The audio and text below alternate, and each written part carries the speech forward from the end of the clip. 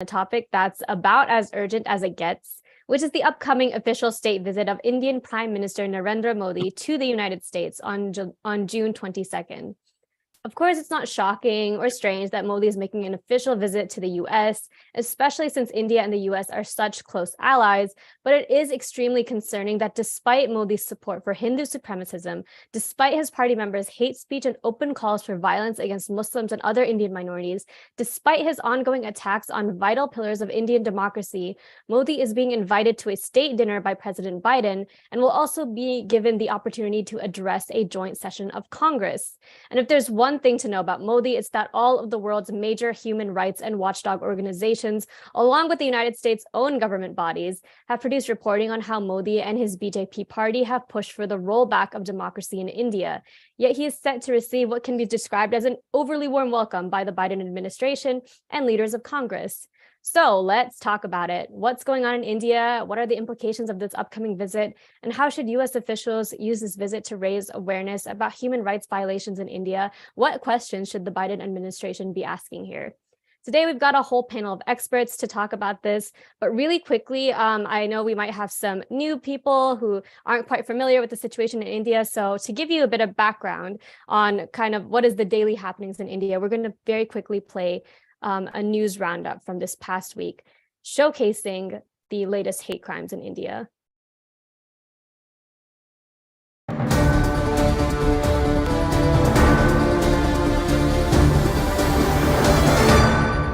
बाहरी प्रदेश से आए हुए लोग हमें ये पता नहीं है कि लोग पश्चिम बंगाल से आए हैं कि रोहिंग्या मुसलमान हैं. Hindu extremists in Bharatiya Janata Party ruled Uttarakhand state have called for strikes in 4 towns, demanding that Muslims leave their homes and shops or face violent consequences. In Purola city, 42 Muslim families fled due to tensions, and 9 landlords issued eviction notices to Muslim tenants. Maharashtra में अचानक कुछ जिलों में औरंगजेब की औलादें पैदा हुई है. Hindu extremist mobs unleashed violence in Muslim-majority regions of Maharashtra state, while rallying against social media posts glorifying historic Muslim rulers. The violent mobs attacked Muslim locals, ransacked shops and vehicles, and pelted stones at mosques.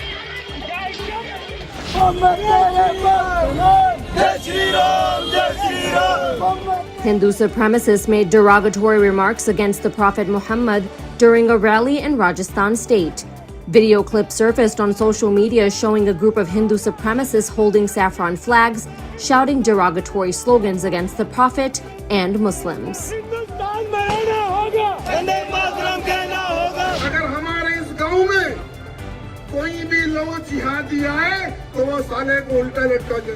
BJP lawmaker and serial hate-monger T. Raja Singh continues to violate his conditions for bail by making Islamophobic and anti-Muslim hate speeches.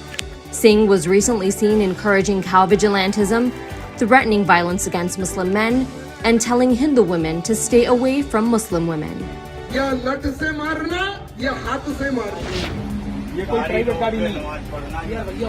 Two bus drivers working for BJP-ruled Uttar Pradesh state's transport body were suspended with immediate effect after they halted a bus for a few extra minutes to allow 2 Muslim passengers to offer prayers.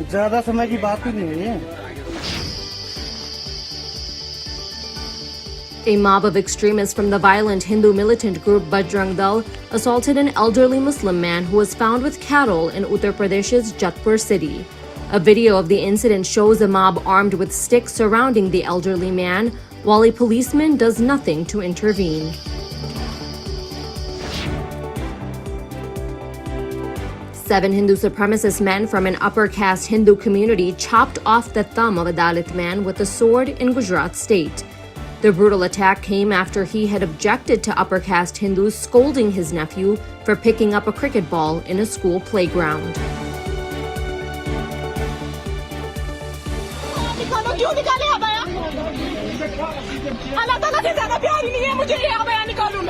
A school in Kashmir prevented female students from entering their classrooms while wearing the abaya, a loose-fitting full-length robe worn by some Muslim women.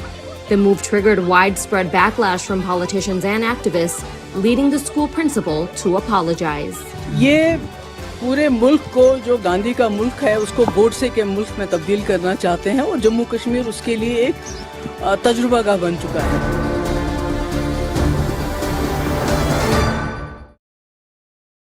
That was this week's India Human Rights Monitor News Roundup. You can catch an episode every week on Fridays or Saturdays on our Twitter page.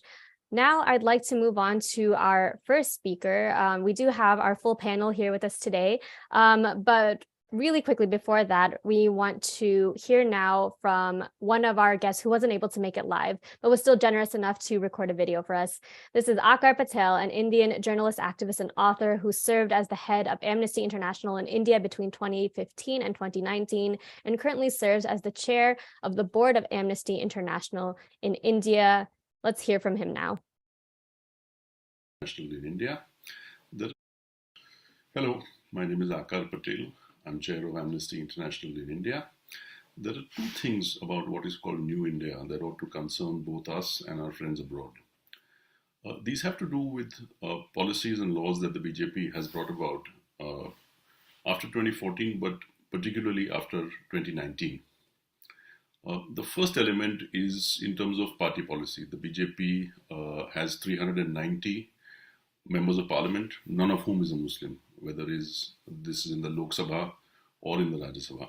Of the 1,000 or so local legislators that the BJP has in India's 28 states, none is a Muslim. This is deliberate exclusion, a political apartheid of a sort, and it goes back to something that we saw before 1947, where of the Congress's 1,000 or so members, only 3% were Muslim. This is even fewer than that.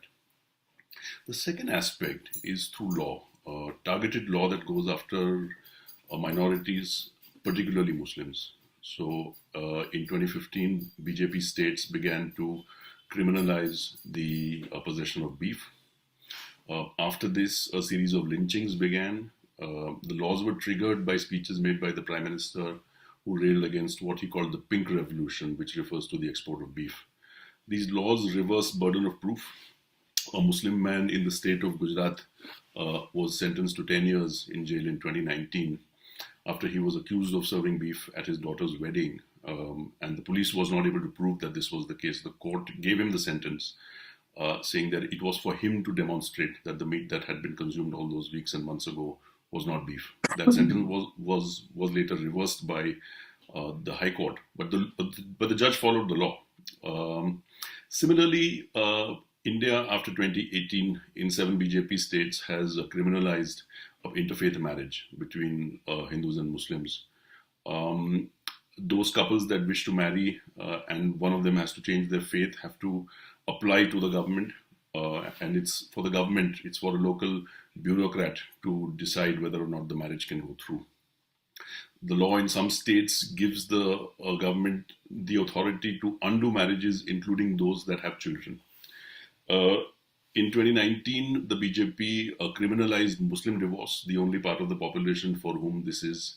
For the rest, it's a civil offense. For Muslims, it is a criminal. There was no need to do this after the Supreme Court held that the practice of a triple talaq in one sitting was not valid, but it was done purely to persecute and to harass, as is the case with a lot of the other laws that the BJP has legislated. In 2019, the BJP legislated a law that excluded Muslims from being from the set of people who had come to India from 3 neighboring nations before the end of 2014 and who could seek asylum through a law. The Home Minister said that this law was to be read in conjunction with another law, the National Register of Citizens, which would act as a pincer to come after Muslims. In Kashmir, it is the only part of the subcontinent not to be under democratic rule at the moment. It's governed directly from Delhi. It has laws that give the state the authority to kill with impunity. It has had these laws for several decades now, that is a fact. But the reason given for taking away its autonomy was to better integrate it with the rest of the country. That has not clearly happened. Weapons used for crowd control in Kashmir are not used anywhere else in India, to my knowledge, not anywhere else in the world. The 12-gauge shotgun firing bird shot, which has blinded hundreds of people. It has killed some people. It has wounded even those who man the weapon themselves, being not the kind of thing that ought to be used on people. The last thing is that the government appears to be deferring to the mob, showing it deference, letting it say what it wants to, which is the most rabid of language against minorities, particularly Muslims.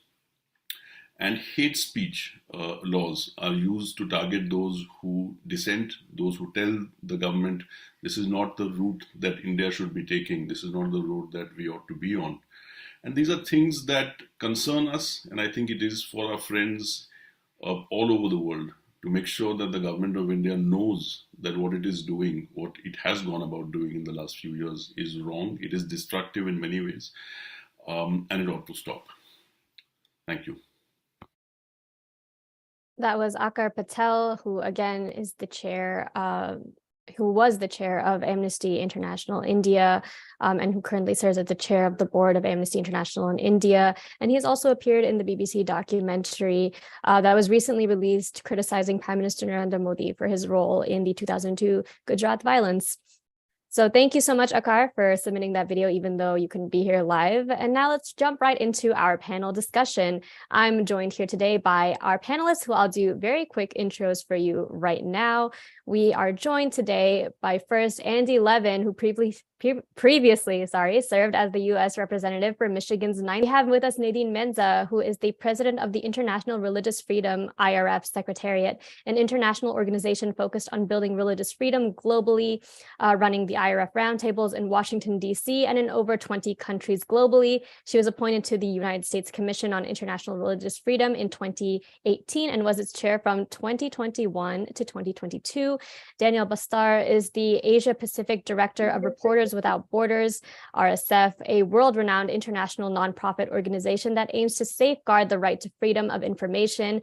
Dr. Angana Chatterjee is the founding co-chair of the Political Conflict, Gender, and People's Rights Initiative at UC Berkeley. In Kashmir, Professor Chatterjee co-founded the People's Tribunal on Human Rights and Justice and was its co-governor from 2008 to 2012. She is the author of multiple books, her latest of which is Breaking Worlds, Religion, Law, and Nationalism in Majoritarian India. And lastly, but certainly not the least, we have with us Ajit Sahi, who is the Advocacy Director for the Indian American Muslim Council.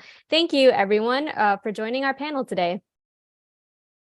I'm going to start off by laying some groundwork here, because we might have audience members or people who will watch this recording later on who have only a surface level knowledge about what's happening in India. So in the lead up to this official state visit, we've seen a number of US officials praising Modi outright. So one example is Secretary of Commerce Gina Raimondo, if I'm saying that correctly, who in April called Modi, quote, unbelievable, visionary, and quote, the most popular world leader for a reason. And she also went on to say that his level of commitment to the people of India is just indescribable and deep and passionate and real and authentic. So that's a lot of big words, big praises for Prime Minister Modi. So Ajit, let me turn to you first. Right off the bat, is this an accurate assessment of Prime Minister Modi? I think it's a very accurate assessment. Prime Minister Modi is definitely a visionary. His vision is that of a Hindu supremacist India. If you go back 20 years in 2002, one of India's best known sociologists named Ashish Nandi, he wrote a piece in which he said that he met with Narendra Modi when he was a nobody in the RSS, trying to be somebody in the BJP.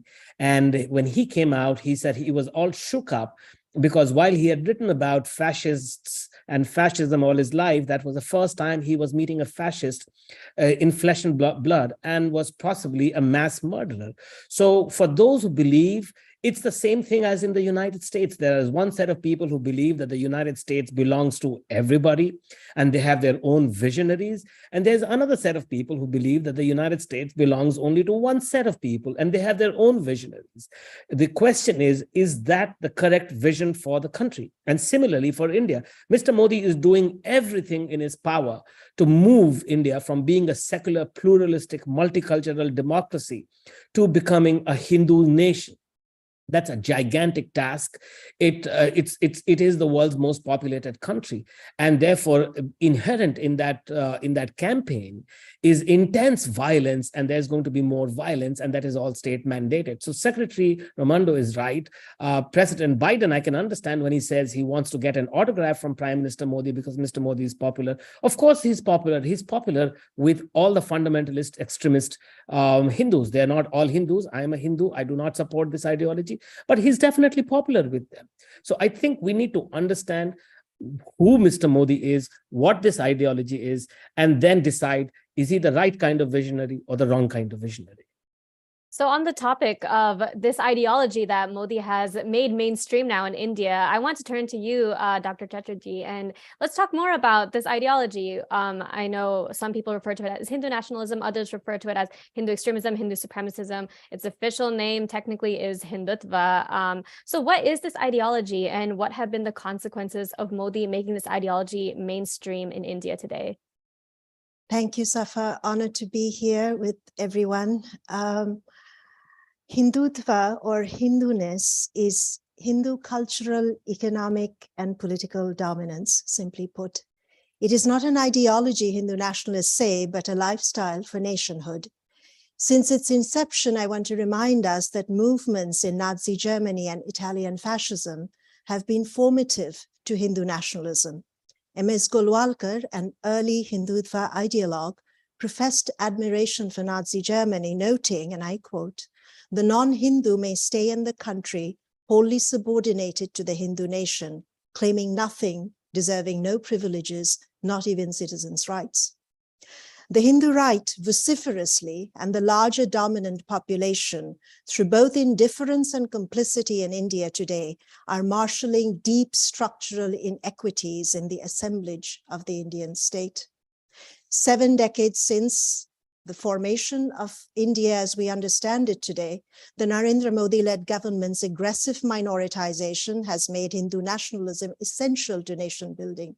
In the direct line of fire are Muslims, numbering over 210 million in India today, Christians, Sikhs, Adivasis, Dalits, and other vulnerable communities and their allies.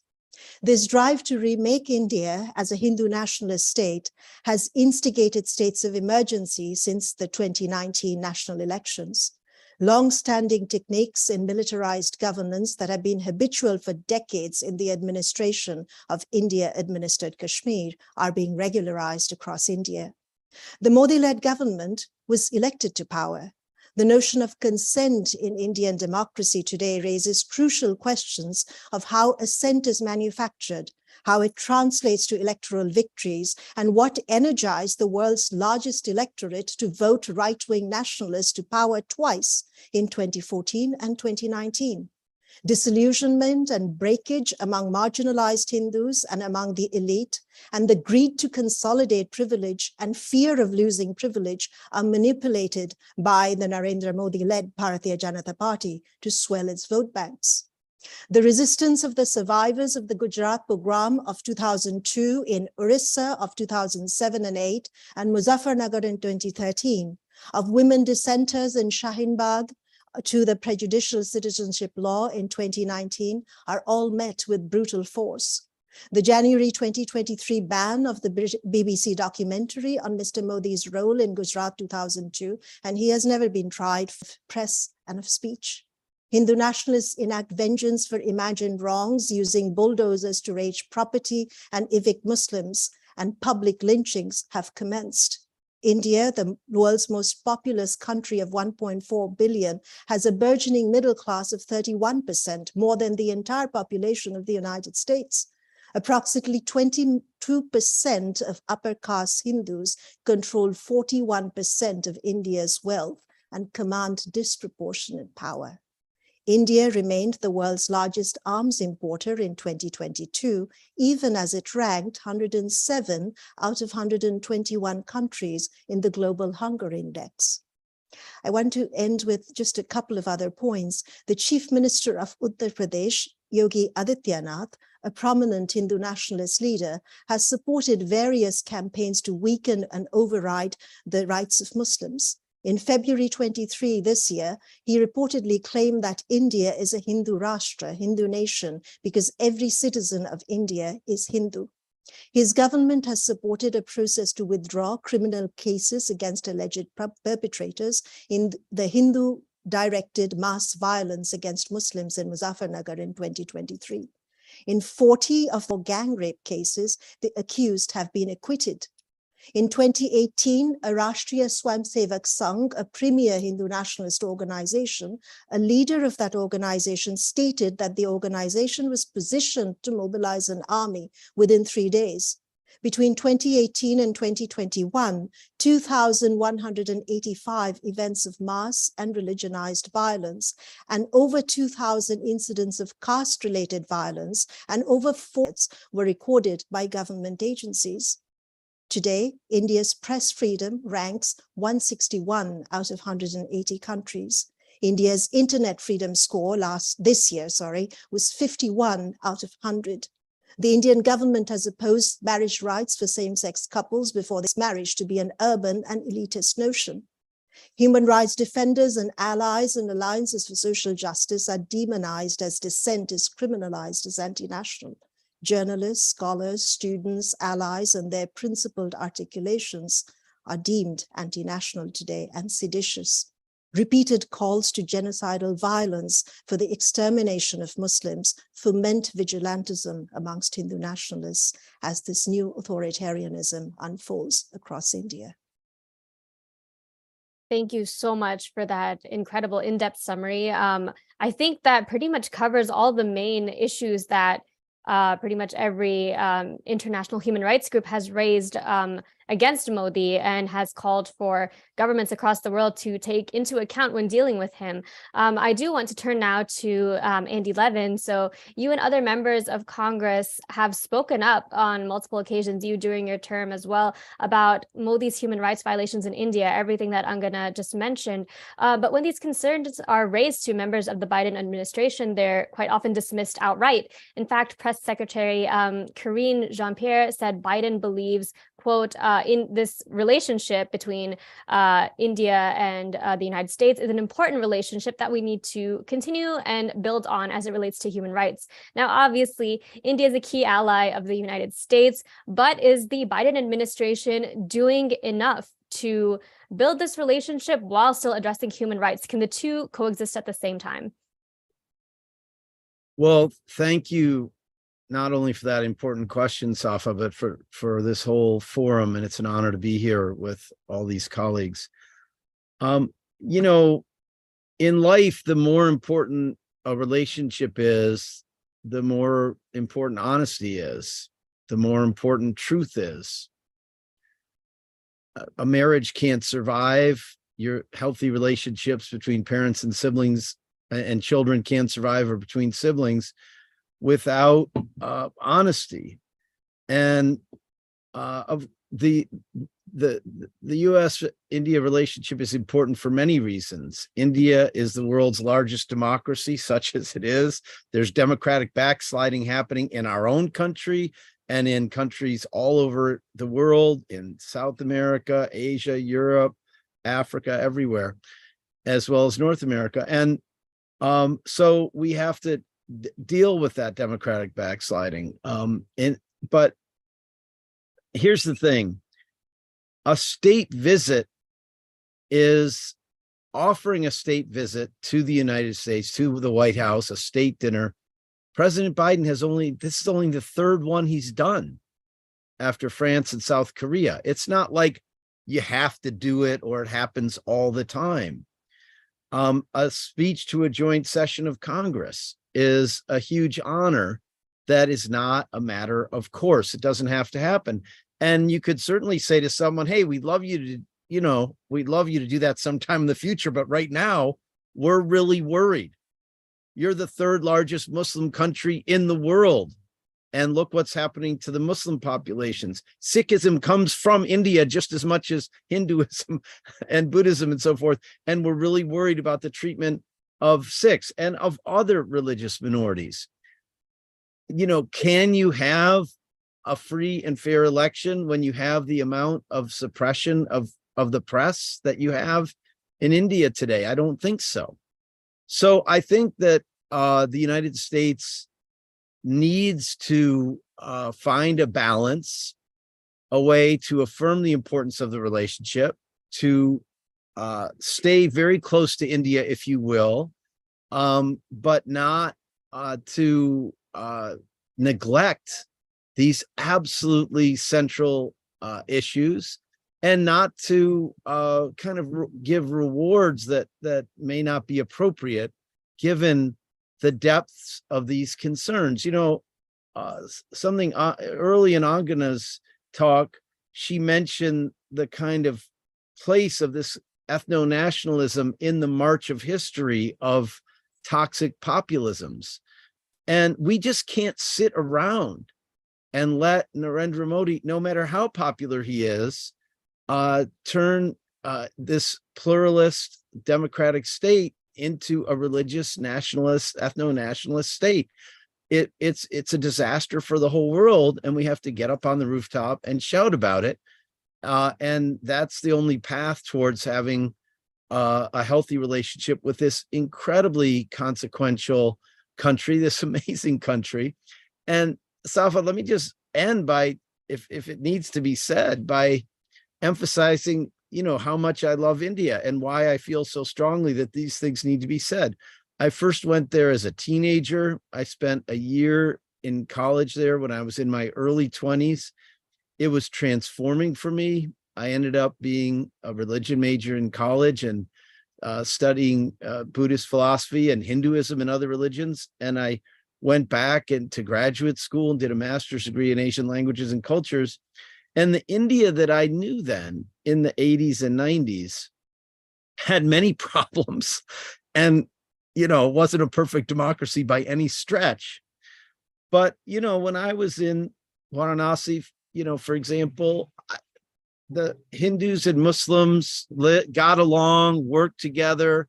This idea of mass violence, of communal violence, of stirring people up to destroy businesses, to attack people, it's horrifying, and it's really out of love for India that leaders in the United States need to have a little bit more backbone in this situation. Absolutely. And thank you for sharing the personal side of this as well. These invites to the state dinners and these are undue rewards given the circumstances. So if this is the case, what message do you think President Biden is sending